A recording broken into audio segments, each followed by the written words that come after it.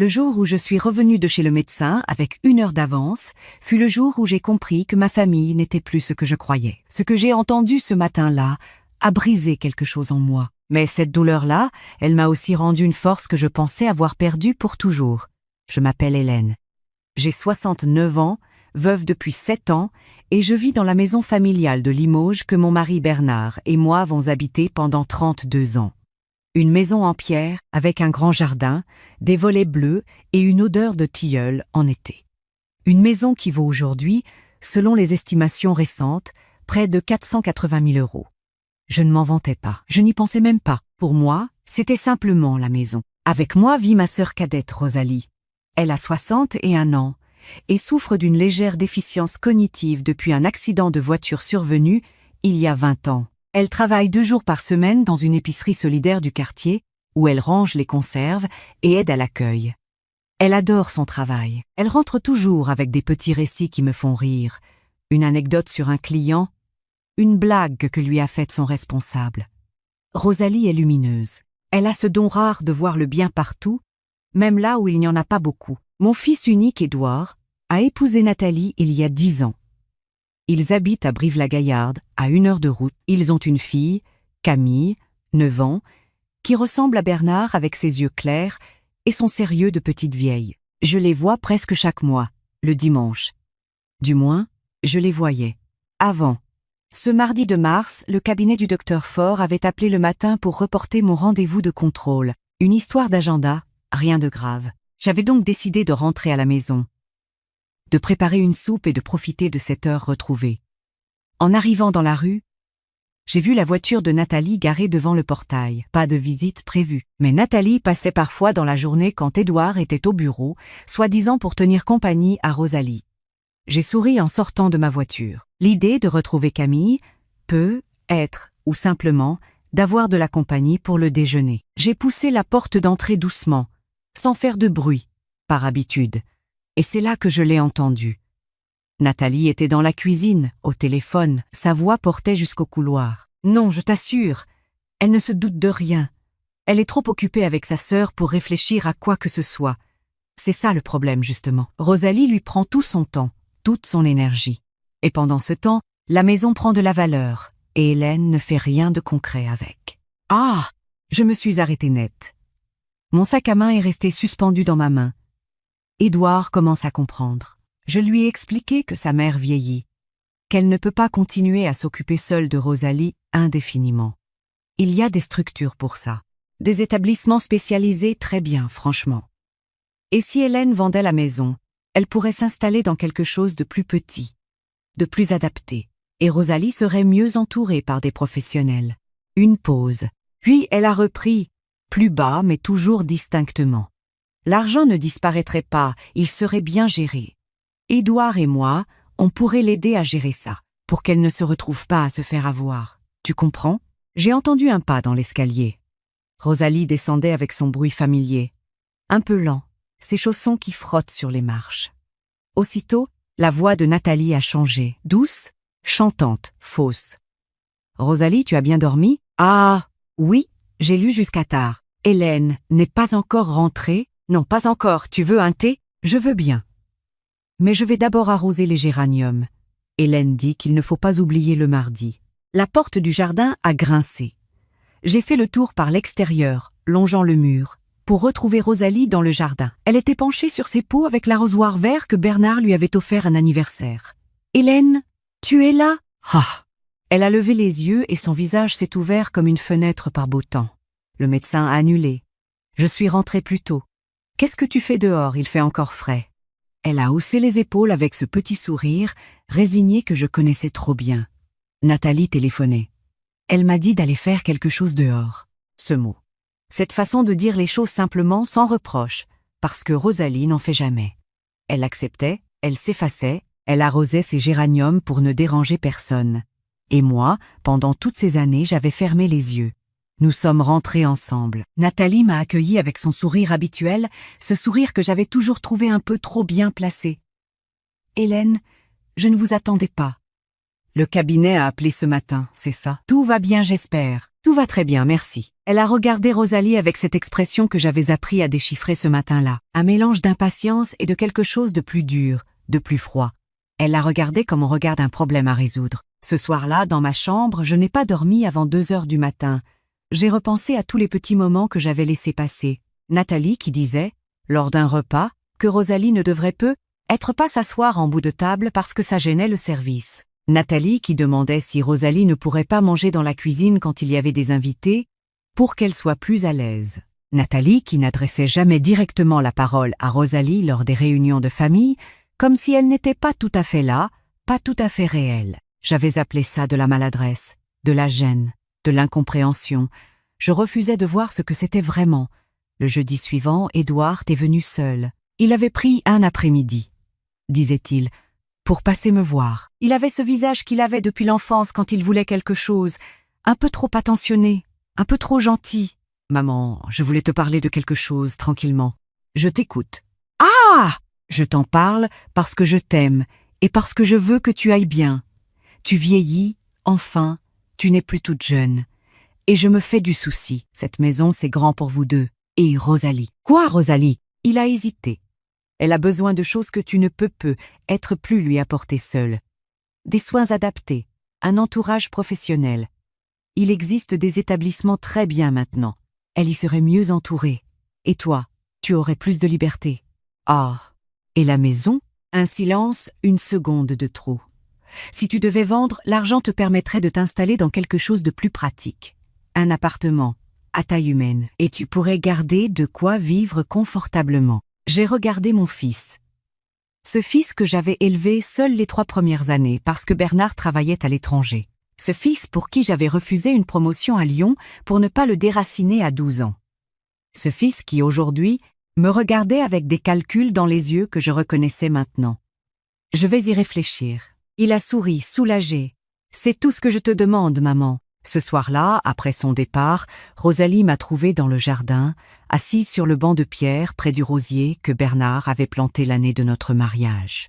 « Tu es triste ?» ?»« Non, je réfléchis. » Elle s'est assise à côté de moi, a posé sa tête sur mon épaule comme elle le fait depuis qu'elle est enfant. « Édouard, il veut qu'on parte d'ici, c'est ça ?» Je l'ai regardée. Elle n'était pas aveugle. Elle n'avait jamais été aveugle. Elle se taisait pour ne pas me blesser. « Tu sais, Hélène, moi je suis bien où tu es, mais si tu veux partir, je viendrai avec toi. Je serai bien partout du moment que c'est avec toi. » J'ai serré sa main. Et là, dans ce jardin, quelque chose s'est mis en place dans ma tête. Une décision, encore floue, mais déjà ferme comme une racine. Personne ne nous séparait. Et personne ne profiterait de nos vies. Le lundi matin, j'ai appelé Maître Vidal, notaire à Limoges depuis 25 ans, qui avait rédigé le testament de Bernard et connaissait notre situation depuis des années. « Maître Vidal, j'aimerais vous voir cette semaine. J'ai un projet à vous soumettre. » Il m'a reçu le mercredi. Je lui ai expliqué sans détour ce que j'avais entendu et ce que je voulais faire. Il m'a écouté sans m'interrompre, les mains croisées sur son bureau. « Hélène, ce que vous envisagez est tout à fait légal et réalisable. Une donation de votre vivant à une structure associative de votre création vous permettrait de disposer de votre bien comme vous l'entendez, tout en protégeant Rosalie juridiquement et durablement. Est-ce qu'Édouard pourrait contester? Il peut toujours tenter une action en justice, mais si vous êtes en pleine capacité au moment des actes, et vous l'êtes, la marge de manœuvre est très limitée. Surtout si nous documentons soigneusement chaque étape. Alors faisons-le. » Il a souri pour la première fois depuis le début de l'entretien. Avez-vous pensé à un nom pour votre association? J'ai réfléchi une seconde. La maison de Rosalie. Dans les semaines qui ont suivi, j'ai mené mon projet avec une discrétion d'horloger. J'ai fait appel à une agence immobilière de confiance pour une estimation formelle de la maison, 475 000 €, dans le bas de la fourchette pour être prudente. J'ai rencontré une assistante sociale spécialisée dans l'accompagnement des personnes en situation de handicap cognitif léger. J'ai visité 2 résidences de type habitat inclusif dans la région, ces nouvelles structures, où des personnes comme Rosalie vivent de manière semi-autonome, avec du personnel présent, mais sans l'aspect hospitalier des établissements classiques. Et j'ai trouvé ce que je cherchais, une ancienne maison bourgeoise à Aix-sur-Vienne, à 20 minutes de Limoges, avec un grand jardin, 6 chambres, une cuisine commune et une véranda sur l'arrière donnant sur la Vienne. En vente depuis 8 mois, Le propriétaire acceptait une offre à 310 000 € avec travaux à prévoir. Avec le reste du produit de la vente de ma maison, je pouvais financer les aménagements, créer une réserve de fonctionnement pour 3 ans et acquérir un appartement de 2 pièces à Limoges pour moi, à 5 minutes de la structure. Rosalie m'a accompagnée visiter la maison d'Es un dimanche, sous prétexte d'une promenade. Elle a traversé les pièces en silence, s'est arrêtée longtemps devant la véranda. On voit la rivière d'ici. Oui, c'est beau. Elle ne m'a pas demandé pourquoi je lui montrais ça. Elle m'a fait confiance comme elle le fait toujours. Pendant ce temps, Nathalie continuait ses visites. Elle posait des questions avec le naturel d'une personne convaincue d'être indétectable. Vous avez réfléchi à ce qu'Édouard vous a dit. J'y pense encore. Vous savez, si vous voulez que je vous aide à chercher des établissements pour Rosalie, j'ai des contacts. Ma cousine travaille dans le secteur médico-social. C'est très gentil de ta part. Un dimanche de mai, lors du déjeuner habituel, elle a sorti une brochure de son sac. Une résidence pour adultes dépendants, à 40 km de Limoges. Les photos montraient des couloirs blancs et des tables rondes avec des plastiques dessus. Regardez comme c'est propre. Rosalie y serait très bien encadrée. Et le tarif mensuel est raisonnable, environ 2 800 €. J'ai feuilleté la brochure sans rien dire. Avec la vente de la maison, vous pourriez couvrir facilement 10 ans de prise en charge, et il vous resterait de quoi vivre sereinement. Elle avait tout calculé, jusqu'au centime. Et l'argent restant, vous pourriez le placer. Édouard connaît un conseiller financier très sérieux. J'ai levé les yeux vers elle. Comme c'est attentionné, elle n'a pas vu l'ironie. Ou peut être qu'elle a choisi de ne pas la voir. Ce soir-là, Rosalie m'a aidé à débarrasser la table. Quand Nathalie et Édouard étaient sortis fumer dans le jardin, elle s'est approchée de moi et m'a dit tout bas, avec ce sérieux qu'elle prend parfois et qui me touche toujours. « Hélène, est-ce que je leur pose un problème ?»« J'ai posé les assiettes sur le plan de travail. Je me suis retournée vers elle. « Absolument pas. Parce que des fois, Nathalie, elle me regarde d'une façon. Tu n'as pas à t'inquiéter de ça. Je veux juste ne pas t'embêter. Je l'ai prise dans mes bras. 60 et 1 an. Et encore cette peur d'être de trop. Cette peur que des gens comme Nathalie lui avaient mise dans la tête, à coups de regards et de petites phrases. Cette nuit-là, j'ai terminé de signer les derniers documents que Maître Vidal m'avait préparés. L'association La Maison de Rosalie était officiellement enregistrée en préfecture. Le compromis de vente de ma maison était signé avec un couple de Bordeaux qui cherchait à s'installer à Limoges. La promesse d'achat sur la maison d'Es était en cours de finalisation. Mon appartement rue du Consulat était réservé. Tout était en place. J'ai attendu juin, le moment où tout serait irréversible sur le plan légal avant de dire quoi que ce soit. C'est Édouard qui m'a donné l'occasion, sans le savoir. Il m'a appelé un mercredi soir, enjoué, pour me dire qu'un ami agent immobilier avait estimé ma maison à 490 000 € et que le marché était excellent en ce moment. Il avait fait estimer ma maison, dans mon dos, par quelqu'un de son réseau. C'est le bon moment, maman. Si tu veux, on peut s'en occuper pour toi. C'est gentil, Édouard. Ne t'inquiète pas, tout est déjà en cours. Un silence. En cours, tu as mis la maison en vente, je t'expliquerai bientôt. Viens dimanche avec Nathalie. J'ai quelque chose à vous annoncer. Ce dimanche 2 juin était ensoleillé. J'avais préparé un déjeuner simple, une salade composée, du pain de campagne, un clafoutis aux cerises du jardin. Rosalie m'avait aidé, comme chaque semaine, avec cette application qu'elle met dans chaque chose qu'elle fait. Édouard et Nathalie sont arrivés à midi pile. Nathalie avait un sourire que j'avais appris à reconnaître, celui de quelqu'un qui pense avoir gagné. Après le repas, j'ai pris la parole. J'ai une annonce à vous faire. J'ai vendu la maison. Nathalie a retenu un petit cri. Édouard a posé sa fourchette. La vente est définitive depuis vendredi. 475 000 €, acte signé chez Maître Vidal. Maman, c'est une excellente nouvelle. Et pour Rosalie, tu as choisi un établissement ? Oui. Nathalie s'est redressée. Je l'ai vue se retenir de sourire. J'ai choisi la maison de Rosalie. Édouard a froncé les sourcils. Je ne connais pas. C'est où ? À Aix-sur-Vienne. C'est une résidence à taille humaine, avec un grand jardin, une véranda sur la rivière. Rosalie y aura une chambre à elle, un atelier jardinage et un espace cuisine collective. Et le tarif mensuel ? Nul. Silence. Pardon ? Il n'y a pas de tarif mensuel, parce que c'est moi qui l'ai créé. Le visage de Nathalie a changé de couleur.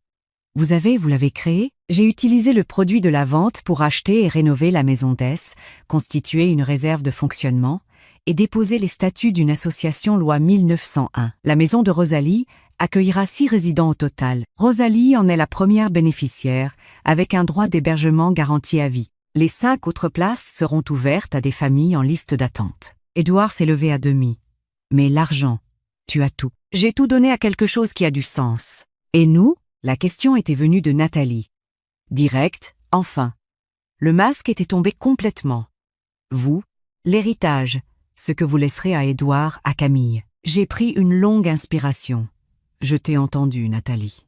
Le mardi de mars, quand tu pensais que j'étais encore chez le médecin, chaque mot, elle a ouvert la bouche. Rien n'en est sorti. J'ai entendu comment tu parles de Rosalie. Ce qu'elle représente pour toi. Un obstacle. Une charge. Un prétexte pour accéder à cette maison. Édouard regardait sa femme. Il cherchait quelque chose sur son visage, une démence y peut être. Il ne l'a pas trouvée, maman. Tu aurais pu choisir de défendre ta tante. Tu aurais pu dire à Nathalie que Rosalie est ta famille et qu'on ne parle pas d'elle comme d'un fardeau. Tu ne l'as pas fait. J'ai sorti une enveloppe de ma veste et je l'ai posée sur la table. Voilà une lettre que j'ai écrite pour vous deux. Prenez le temps de la lire. Rosalie, qui avait suivi la conversation depuis la porte de la cuisine, s'est approchée doucement. Elle ne savait pas exactement ce qui s'était dit. Mais elle sentait les choses, elle a toujours senti les choses. « Édouard, tu veux voir ma nouvelle chambre en photo? Hélène m'a montré hier. Il y a une fenêtre avec vue sur la rivière. » Mon fils a regardé sa tante, cette femme simple, lumineuse, sans calcul, qui lui tendait son téléphone avec une photo d'une pièce ensoleillée. Il n'a pas répondu. Ses yeux brillaient d'une façon que je ne lui connaissais pas. Nathalie a pris son sac, s'est levée, a dit qu'il fallait y aller. Camille, qui avait joué dans le jardin pendant tout le repas, est rentrée avec des herbes dans les cheveux et du bonheur plein les joues. On repart déjà? Oui, ma chérie, mais j'ai pas fini de faire des couronnes avec tata Rosalie. Rosalie lui a souri. Je t'en garderai une pour la prochaine fois. Ils sont partis. La porte s'est refermée sur un silence que j'ai laissé durer un moment, debout dans mon couloir, avant de rejoindre Rosalie dans le jardin. 5 mois ont passé depuis ce dimanche. Je vous écris depuis la véranda de la maison de Rosalie, face à la Vienne qui brille dans la lumière d'octobre. Rosalie est dans le jardin avec 2 autres résidents, Jacques et Mireille, en train de ramasser les dernières tomates de l'été. Elle rit de quelque chose que Jacques vient de dire. Ce rire-là, simple et entier, ne ressemble à rien d'autre. Notre nouvelle vie a pris une forme que je n'aurais pas pu imaginer il y a encore un an. Rosalie s'est épanouie d'une façon remarquable. L'équipe d'accompagnement a rapidement repéré ses compétences. Elle est devenue la référente cuisine du mercredi, le jour où les résidents préparent ensemble le repas du soir. Son bœuf bourguignon est désormais légendaire dans la maison. Les 5 autres chambres ont été attribuées en septembre. Jacques, 68 ans, ancien boucher de Bellac, trisomique et passionné de belote. Mireille, 54 ans, déficience légère suite à un AVC, ancienne comptable avec une mémoire des chiffres stupéfiante. Théo, 38 ans, autiste Asperger, féru d'ornithologie et capable de nommer chaque oiseau du jardin sans se tromper une seule fois. Chaque personnalité apporte quelque chose à la maison. Chaque différence est une richesse que nous avons appris à voir. Moi, je vis dans mon appartement de la rue du Consulat, à 20 minutes en voiture. Je passe mes journées à la résidence, à coordonner les activités, à recevoir les familles qui viennent visiter, à boire du café avec des gens que j'apprends à connaître et qui m'apprennent des choses en retour. Ma retraite a trouvé un sens que je ne lui cherchais plus. Concernant Édouard, les nouvelles sont nuancées. Il m'a appelé 3 semaines après ce dimanche, mal à l'aise, cherchant ces mots. « Maman !» J'aurais dû dire quelque chose, à Nathalie et aussi à toi. J'aurais dû te défendre, Rosalie. Oui, je n'ai pas de bonne excuse. Non. Un silence. Est-ce que tu me laisses une chance de faire différemment? J'ai regardé par la fenêtre. Le jardin, la lumière d'automne sur les rosiers. Tu es mon fils? La porte n'est pas fermée, mais elle ne s'ouvre qu'à ceux qui traitent Rosalie comme elle mérite d'être traitée. Il est venu voir la résidence début octobre, seul. Il a visité les pièces avec une attention que je ne lui connaissais pas. Il s'est arrêté devant les dessins que Mireille avait accrochés dans le couloir. Il a écouté Théo lui parler pendant 20 minutes de la migration des greux cendrés. Et quand il a retrouvé Rosalie dans le jardin, il l'a serrée dans ses bras comme il ne l'avait plus fait depuis des années. Camille revient maintenant le mercredi avec lui. Elle aide Rosalie en cuisine et rentre avec des histoires plein la bouche. La semaine dernière, elle a annoncé à table qu'elle voulait être aide-soignante quand elle serait grande. Nathalie n'a pas commenté. Édouard a souri. Nathalie, elle, n'a pas remis les pieds à la résidence. Thomas m'a dit qu'elle parlait encore parfois de recours juridiques sans comprendre qu'il n'y a rien à contester. J'ai agi de mon plein gré, en pleine capacité, en toute légalité. Maître Vidal s'y était assuré. Elle peut parler. Les mots n'y changeront rien. La semaine dernière, une femme d'une 50aine d'années est venue visiter la résidence avec son frère, David, qui a une trisomie 20, et que sa mère vieillissante ne peut plus garder à domicile. Elle pleurait en parcourant les pièces. Pas de tristesse, de soulagement. Je cherchais ça depuis des années. Un endroit où il serait une personne, pas impatient. Je lui ai pris la main. C'est exactement ce que nous voulions créer. David, pendant ce temps, avait rejoint Rosalie et Théo dans le jardin. 3 minutes plus tard, ils riaient tous les trois devant quelque chose que Théo montrait dans les branches d'un arbre. Une mésange peut être, ou simplement la vie, dans ce qu'elle a de plus simple et de plus vrai. Hier soir, Rosalie et moi regardions le soleil descendre sur la Vienne depuis la véranda. Elle tenait dans ses mains un petit pot de confiture de prunes qu'elle avait préparé dans l'après-midi et qu'elle voulait m'offrir. « Hélène, tu crois que Bernard serait content de la maison d'ici ?» J'ai pensé à Bernard, à sa façon de toujours mettre les autres à l'aise, à sa patience infinie avec Rosalie depuis le premier jour. Il serait fier. Oui.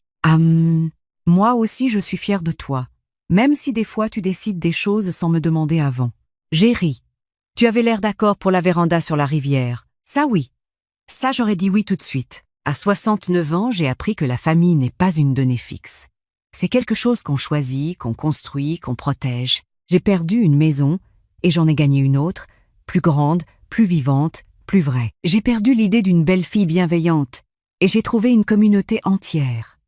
J'ai vu mon fils se perdre et commencer à se retrouver. Et j'ai vu Rosalie, ma petite sœur, devenir la personne qu'elle aurait toujours dû être autorisée à être. Quelqu'un qui compte, quelqu'un qui apporte, quelqu'un que l'on choisit d'avoir à ses côtés non pas malgré ce qu'elle est, mais exactement pour ce qu'elle est. Parfois, il faut traverser la trahison pour comprendre où se trouve la loyauté. Parfois, il faut tout redistribuer pour retrouver ce qui compte vraiment. Rosalie entre dans la véranda avec ses bottes pleines de terre et un sourire jusqu'aux oreilles. Théo dit qu'un rouge-gorge a fait son nid dans le cognacier. Il veut qu'on installe un nichoir avant l'hiver. Alors on va installer un nichoir. Ce week-end, elle repart en courant presque pour aller annoncer la nouvelle à Théo. Je l'entends rire depuis le jardin. Ce rire-là, je ne l'échangerai contre rien au monde. Si cette histoire vous a touché, laissez un commentaire en bas. Dites-moi de quelle ville vous écrivez et répondez-moi. À ma place, qu'auriez-vous fait ? Votre message compte.